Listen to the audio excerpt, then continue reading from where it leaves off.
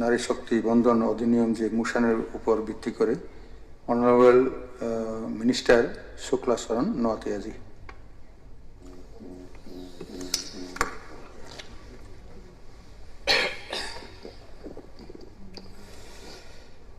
মাননীয় অধ্যক্ষ মহোদয়,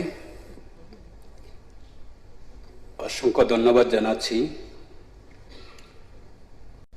আজকে এই সুন্দর একটা মহতী দিনে আমাদের রাজ্যের জন্য আমি মনে করি আজকে অত্যন্ত গুরুত্বপূর্ণ দিন।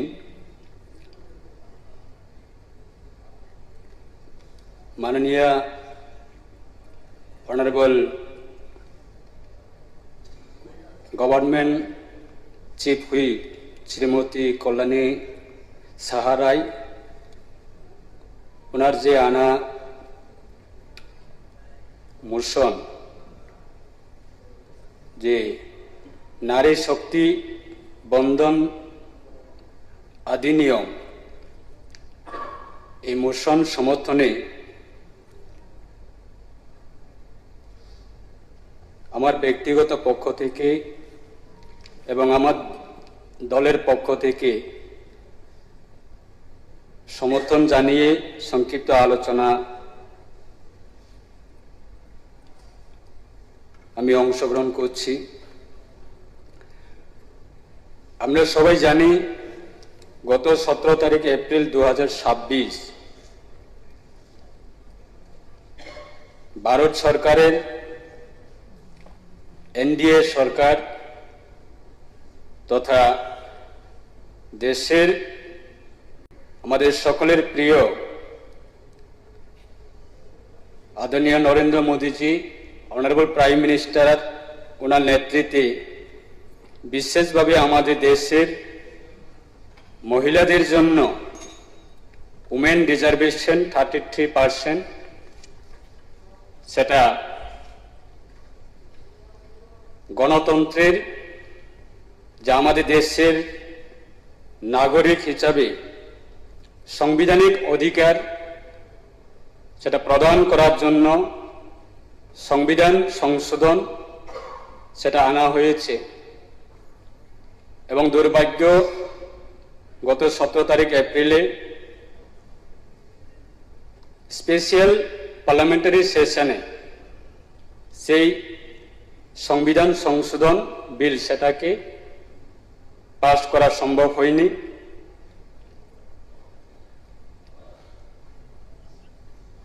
কিন্তু আজকে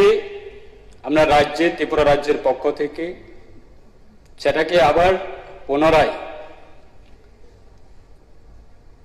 পার্লামেন্টারি সেটাকে বিল প্রস্তাব করার জন্য এবং সেই বিলটাকে পুনরায় বিবেচনা করে যাতে দেশের আমাদের মহিলাদের মাতৃশক্তি শুধু আমাদের ভাষা বা ভাষণের মাধ্যমে নয়, বাস্তবে সেটাকে রূপায়ণ করার জন্য, সেটা বিবেচনা করার জন্য আজকে স্পেশালভাবে আমাদের রাজ্যের পবিত্র বিধানসভায় এটা স্পেশাল সেশন ডাকা হয়েছে। আমি আশা রাখছি যে আমাদের বিশেষভাবে, আমরা সবাই জানি যে আমাদের মহিলা আমাদের রাজ্যের জন্য,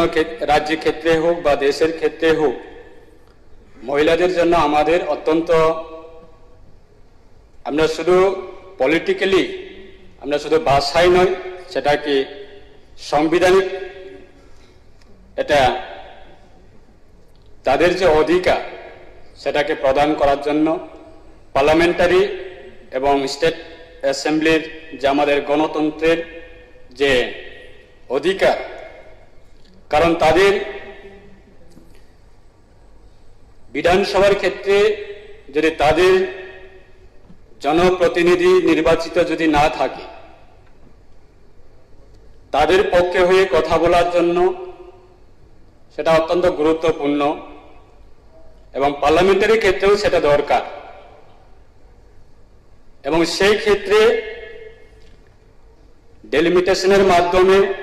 লোক গণনার মাধ্যমে সেটা সিট ইনক্রিজ করার ক্ষেত্রে হোক,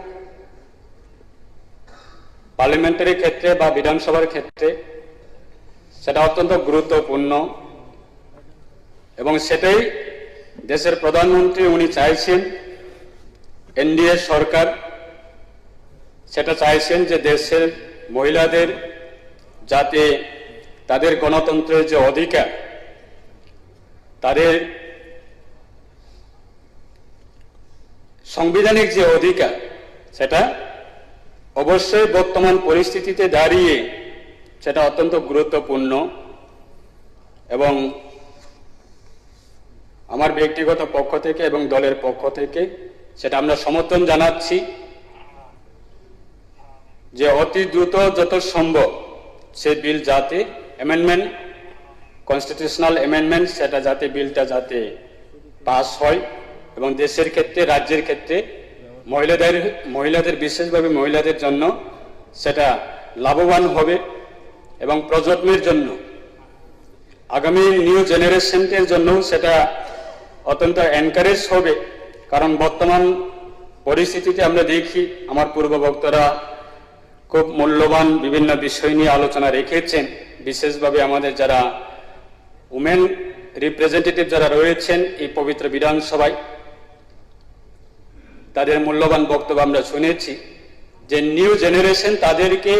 এনকারেজ করার ক্ষেত্রে বা এনকারেজ করার জন্য যাতে সংবিধানের যদি তাদের কোনো অপশন যদি না রাখা হয়, কন্ডিশন যদি রাখা না হয়, তাহলে তারা নিউ জেনারেশন কিভাবে আপগ্রেড হবে, কিভাবে এনকারেজ হবে। সোশ্যালি তাদেরকেও সেই সাংবিধানিক সেই অধিকার, সেটা অপশন রাখা দরকার, কন্ডিশন রাখা দরকার, তখনই নিউ জেনারেশন তারা এনকারেজ হবে, আপগ্রেড হবে। সেই ক্ষেত্রে আমার পূর্ণ সমর্থন জানিয়ে আমি হাউজের সকল অংশের বিভিন্ন দলের সদস্যরা যারা রয়েছেন, আমরা এই বিলটাকে আমরা নেগেটিভলি ভাবে আমরা ডিসকাশন না করে, আমাদের সেটা সৌভাগ্য যে এই বিলের সম্বন্ধে আজকে স্পেশাল সেশন ডাকা হয়েছে, যে স্পেশাল সেশনের মাধ্যমে আমাদের পার্টিসিপেন্ট হওয়া সেটা আমাদের সৌভাগ্য বলে আমি মনে করি। সবাই যাতে মাননীয় সকল অংশের যারা সদস্যরা রয়েছেন, আমি আমার ব্যক্তিগত পক্ষ থেকে সেফগার্ড সেটা সেই জায়গার মাধ্যমে সেটা পাবে বলে আমি মনে করি। সেটাই আমি আমার ব্যক্তিগত বা দলের আমাদের অপিনিয়ন।